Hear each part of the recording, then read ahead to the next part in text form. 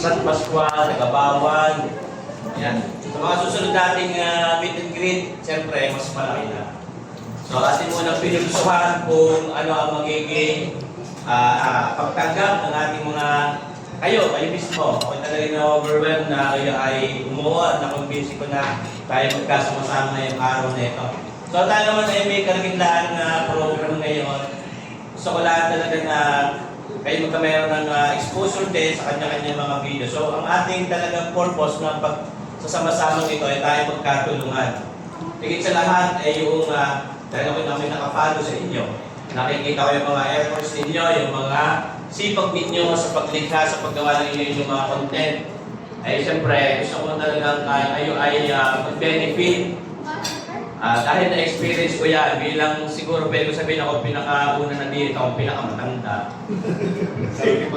Yan, bago pumutok ang pandemya, tayo ay nag-umpisa mag-YouTube channel. At yun ang isa sa gusto ko bigyan din ng diin ngayong hapong ito. Kasi kita ko yung mga success ninyo sa inyong mga platform, sa Facebook, sa YouTube, yung iba sa YouTube, meron din, sa TikTok. Yan. Kita ko yung mga performances ninyo doon na talaga kayo ay nakakahangat mga hindi kagila-gilalas sa dadami ng inyong mga followers.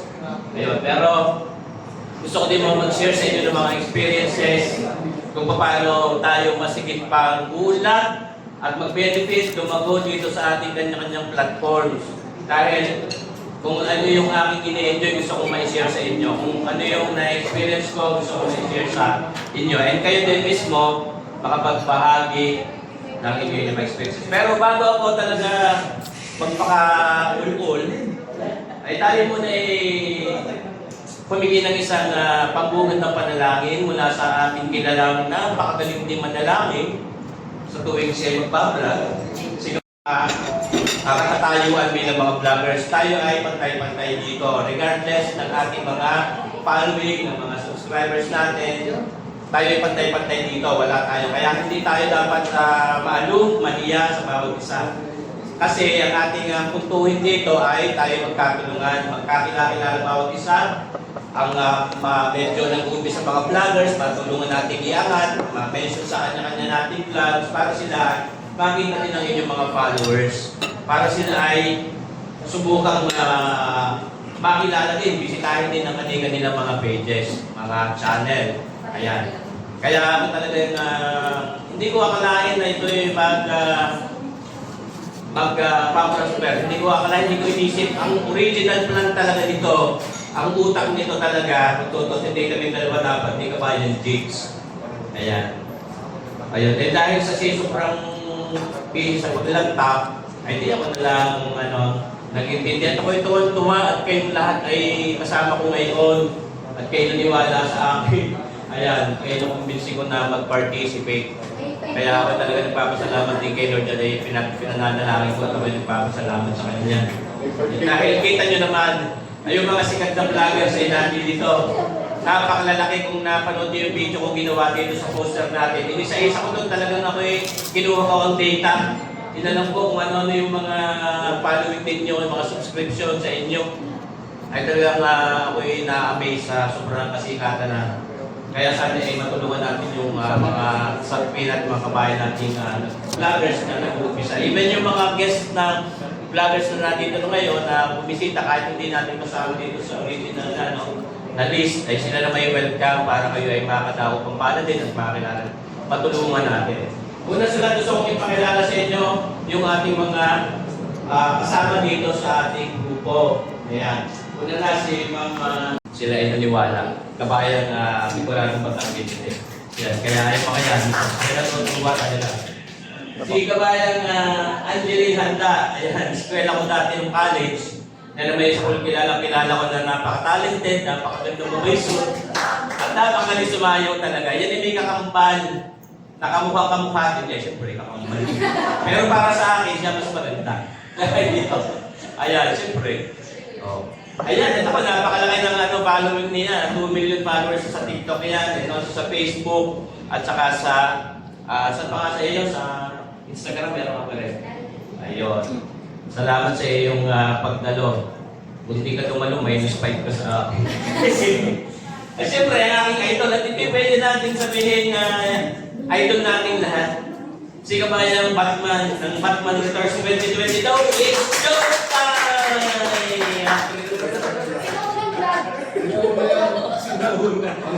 Kung yan ay nag-vlog nung una, eh baka hindi milyonaryo na. Tunay. Kabayan Batman, it's showtime. Ayun. Palibat mo. Ayan. Sila po ay ating suportahan dahil napaka-talented ng mga yan. Napaka-kuwela ng kanilang mga content. Ang ano lang natin dito, siyempre, pag sila'y makikilala din sa inyo yung mga platforms, makakatulong yun sa pag-angat nila. Lalo't nag-uumpisa pa rin naman sila sa YouTube na ganyan. Okay? So, ito na masunod si Kabayan Bicolanong Batanggenyo na pinakamalupit at pinakamasarap ng ginataang laing na natikman ko sa buhay ko kahit ako yung lulutusin. Kabayan Bicolanong Batanggenyo, medyo samay ng lasa. Ayan. Yan pa yung sa Bicolanong napakagaling din magluto kaya talagang hindi mo ko silang maggawa din ng kanyang cooking vlogs. Yan. YouTube channel at Facebook page pero yun, nasa Facebook, mga binanggit ko sa video, mga kulang-kulang mga 300,000 followers na din. Ayan, Kabayan Bicolanong Batanggenyo. Salamat sa iyo, Kabayan. Kahit medyo masama ang pakiramdam mo. Yan. Kaya mo mamaya ikikis kita para maibsan ang iyong lagnat. Sina Kabayan Chicken, kaibigan ni Kabayan Barbie, medyo sila na yung malilate or talagang pipilit ko sila makapunta. Ayan. Aray couple na rin, mga kuwela din yung Manila mga contest kung pipilit ninyo sa kanila. Isan ka? Meron ka? Panin niyo? Gracias. Siyempre, si Kabayan, yan, Dance Mortel. Yan. Medyo malaki na rin ang YouTube channel niya. Natutuwa ako sa mga content niyan. Magpapatulong pala ako sa iyo kung paano lalaki ang aking gusto palakihin. Ayan, Kabayan Dance Mortel. Saka sa Facebook, paki-follow din natin, paki-supportahan. Alam niyo, mamaya may gusto kong bigyan ng emphasis sa bawat isa. Natasawan ko natin. Si Kabayan ng Maligat Vlogs, nakilala ko din naman dati. Talaga sobrang busy ngayon at siyempre yun nangyari sa kanilang lugar. Magay tayo nakikipag-simpatiya din sa kanya. Kahit kung sa mga arte. Si Kabayan ng Minsan TV, sabi siya daw ay malilit o hahamol. Yan. Mga paisano naman ng mga events ang dinadalunan. Siguro yung nag-gagay-gate crush ito. At nala ng events nakita ko ay paisano ng tipo. Nakikita ko yan. Si Kabayan Kuya J. Motoclick, ayan, natin ito. Ito kasama na si Kabayan Aling Ligaya. Nakala ko yung asawa, yung kapatid pala.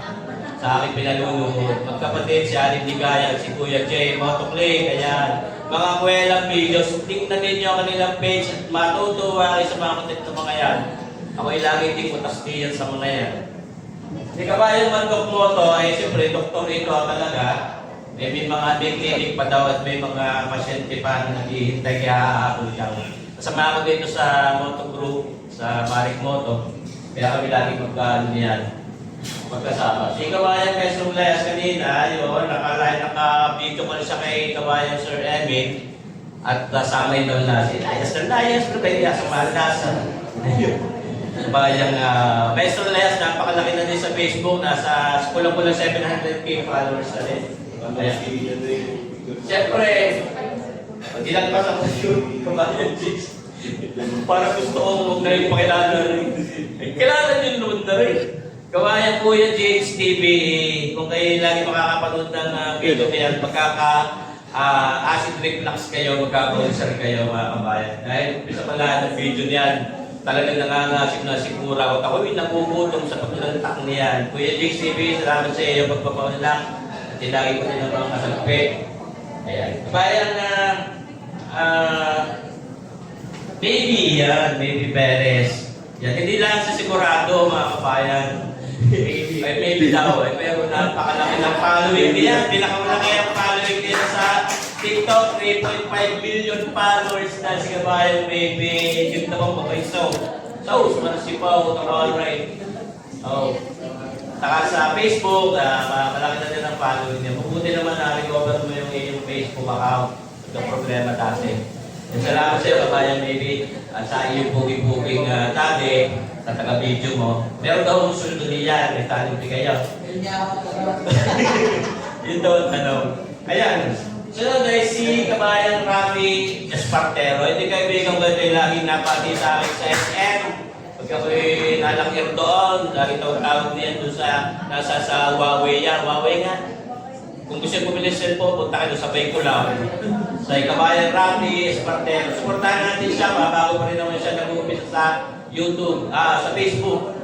Yun. Tapos si Kabayan DJ Maha, ayan natin ito, ganda-ganda mabaysot. Ayan. Tunay namang kung nga rin ako'y pinating liligawan ko rin. Joke lang. Kabayan DJ Maha, salamat sa iyo yung pagdalo. Talagang ako'y nagwawandar kanina ko hindi dadating at talagang wala akong, dahil sa paisahin na ni Ma'am Maylin ng Yola, baka nga ako'y suporta sa simpatiya sa kanya. At ito, siyempre, kilala ko din, matagal ko na kilala, hindi sa 8 pala kilala ko na si Kabayan Barbie, Pirampil, Tricia. Yan, kung napapanood na yung mga kwela. Nasaan na kasama, ma'am? Nasaan na yung mga kasabay? Si Kurt. Sino pa? Pinakawalan ko. Naku po. Sa gandang lalaksot din ang asawa niya, Kabayan Tricia Pirampil, Kabayan Barbie. Napakalaki na rin ang following sa YouTube at sa Facebook, sa TikTok. Million din. Ayan. Talagang puro sikat ang ating mga kasagpi. At saka rin talagang unang pasok pala ni Kabayan Sir Emil din sa menu natin ay nakita kong paspugi pala talaga sa personal. Kaya pala naman marami diyan. Pero nagsabi sa akin, pupunta daw din mamaya, hindi gustong-gusto makita. Magkakaklase ang mga yaon.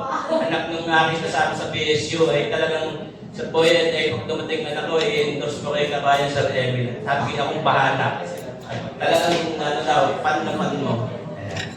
Mapawaisip yun. Ikaw ka, Sir Emil, pinata? Meron na. Demi. Saka yung nasa tulong yun, siyempre, gusto ko magpakilala. Magpakilala. Hindi. Magagalit ang Diyo ang asawa. May asawa ko matagal na, pero isa. Ayan. Si Sir Boyd Melo, siyempre kung napapanood niyo ako naman, pwede ko sabihin pinakawalan din sa YouTube, kaya doon ako talagang lumaki. Kaya ako natutuwa. Kaya sa puntong yun, ng pakitong YouTube, yun ang gusto kong bigyan ng emphasis sa inyo ngayon. Kaya kayo gusto kong makaharap na ganito para ma-motivate kayo at kayo ay bigyan pansin nyo din ang YouTube at pag-ibayuhin nyo rin ang pag-post, pag-upload sa YouTube. Dahil iba ho ang benefit na ma-derive ninyo sa YouTube. Iba ho magpasweldo ang YouTube. Tayo nagpa-vlog, may kanya-kanya tayong dahilan, may kanya-kanya tayong purpose, not necessarily pera ang ating dahilan. Ano po? Pwede maaaring gusto lang natin talaga maipakita kung sino tayo, kung ano yung ating mga gustong gawin. Pero kaakibat na rin doon, mga kabayan, siyempre, alam natin na pwede tayong kumita diyan. Tayo hindi mayayaman. Tayo yung mga nasa mga normal lamang na trabaho. Hindi tayo gano'n talaga kayayaman katulad ni Batman. Gusto kong bigyan ng diin sana na kung gaano masipag kayo na tulad ng nakikita ko sa pag-create ng mga videos ninyo na ina-upload nyo sa inyong platforms like Facebook at YouTube, TikTok, ay duplihin nyo sa YouTube at dahil doon talaga kayo uunlad. Katulad ng akin, hindi man sa pagyayabang doon sa tagal na pinag-vlog ko sa YouTube. Ako ngayon sana nag-prepare pa para ma-inspire kayo. Hindi para kayo pagyabangan. So kung makita din yung trend ng aking monthly salary na ganyan sa YouTube. Para at least ma-feel ninyo na pwede pala ma-compensate ang efforts ninyo, na pwede pala kayong mas maging beneficial sa inyo ang YouTube channel ninyo. Sino ang wala pang YouTube channel dito? Lahat na may meron. Ang problema lang, doon sa tinignan ko lahat ng inyong mga subscribers ninyo sa YouTube, nakita ko kung sinong medyo kulela talaga sa YouTube. Pag ibayuhin mo ninyo sa YouTube, mga kabayan, telling you talagang matutuwa ako kayo. Pero yun naman, sa 1,000 views, kumikita tayo ng walang $3 na. Sa Facebook, 10,000 views na ako, 33 cents ang aking kinikita. Kitang-kita ko sa inyong sipag. Sabi ko, alam mo yung mga vloggers na rin, Kung ano yung mga ano sa YouTube talaga sisipanan, malaki ho ang inyong magiging ano talaga, revenue doon. Kaso medyo ang YouTube lang, mas mahirap pag-trend ng Oo. video sa YouTube. Ayun. Pero pag once na nag-trend ang video nyo sa YouTube, madadala na yung iba. At kahit yung kalumaan ninyo mga videos, tuloy mo ang kita nun. Yun ang sinasabing kahit kayo tulog, dire-diretso ang pagkita mo. Kasi habang narutod yung video ninyo yun, patuloy yung nire-recommend ni YouTube. Once may mag-search, may mag-ganyan. Kalimitan naman alam natin, every time may hanapin tayong video, kalimitan ating muna pinupunta na YouTube, hindi ka? Pag may hanapin tayong video, kalimitan YouTube pa rin ang muna nating tinitingnan. Kaya yung mga videos na available na sa net, inire-recommend tayo ni YouTube. Kaya patuloy na kumikita yung views. Kahit yung mga uploads ko ngayon, hindi na masyadong mga trending, hindi na ganun kalalaki ang views. Ako'y nagpapasalamat doon sa mga trending videos ko before na ako nag-umpisa. Dahil sila pa rin na nagbibigay sa akin talaga ng malaking revenue. Ako po'y nag-a-average minsan ng $1,600, $1,700 per month. So far, nakikita ko na ho sa YouTube ay kulang-kulang 7M. Yes po. Yan ay evident yan at alam niya ng aking mga kaibigan, mga kilala, na nakikita nila kung ano yung mga nasusunod ko yung layo ko, yung mga gusto ko, mga motor ko, ganyan. Ay talagang laki ang naging benepisyo ko sa YouTube, kaya ako talagang sobrang nagpapasalamat kay Lord. Ay yung mga na-experience kong iyon, gusto kong i-motivate kayo. Pag ibayohin mo din yun sa YouTube channel ninyo, kumuha kayo YouTube channel, mag-upload kayo, mag-upload ng mga videos. Sa totoo lang, yan, niloloko ko, pag-bilo daw sa sakyan ko. Totoo po, yan yung isang araw, may although yun yung installment, at least alam ko yung aking sinusweldo monthly, ay may direction, may makikita ko. Gusto ko lahat kayo ay ma-experience yun. Ako matanda na. Ako pinakamatanda dito. Gusto kong, kayo, mga bata pa kayo, kung kayo mag-uumpisa ngayon na sipakan sa YouTube, bago kayo dumating sa age ko, mga milyonaryo kayo, sinasabi ko sa'yo, maniwala kayo sa akin. Kahit sa mga students ko, sinasabi ko yan, pag-umpisa kayo niya, ngutoy kayo ng YouTube channel, you consider it as a parang storage ng iyong mga videos, ng mga memories mo. Eventually, mabubulitan mo na lang, may views yan. May views yan, may subscribers ka. At pagdating mo ng age kong na age na 56, baka ito yung milyonaryo na sinasabi ko. Ayun. Yan mo ang ating mabuting kanya na rin 4Ks, si Sir Tito Medina. Gusto kong ipakilala sa inyo. Ayan, maraming salamat. Ayun, ako Tito Vlogs, naging vlogger natin.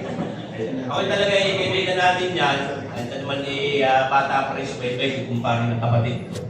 Kaya ako nagpapasalamat din sa kanya. Very open siya at ano din yung kanyang yung insights niya, yung mga points of view dito sa mga bagay dito. Kaya ako nagpapasalamat kay Sir Tito Medina sa 4Ks. Maya ilalatakan natin yung masasarap nilang pagkain din Ayan. Kaya yun lang gusto ko lang pong bigyan ulit ng diin bawat isa sa atin. Sana po ipakita ninyo ang bawat isa sa inyong mga vlogs, sa ating mga vlogs. Ipakilala nyo sila. Suportahan nyo ito si Garnesi Kabayan. Suportahan natin ang bawat isa. Tayo po wala pong mawawala sa atin and mas magiging maganda yung ating mga mapapalatan kasi nakatulong tayo sa ating kapwa-vloggers. Kaya yun mga kabayan, Kabayang Utoy, ayan, Utoy Family TV. Yan, kaya yan po yung kapatid ni Kuya Jay Motoclay, kita-kita nyo naman, magkamukha sila, pero may mas pogi na sa dalawa. Pero kung sino man yun, kayo na maghusgan. Kuya Utoy, salamat sa iyo, pagdating din, no? Madama mo sa ila. Ayan. Ayun. Ayun siya yung guest din na, kasi nahuli siya pero siya isa niyang intended na kasama dito. Ayun po, tayo siguro sir natin to, kung ready na yung kailang food, pwede kayong merienda na, kung available na kung ready. Ha? Lutuin na. Meron pa. Ayun. Pero karamihan natin dito na. Mga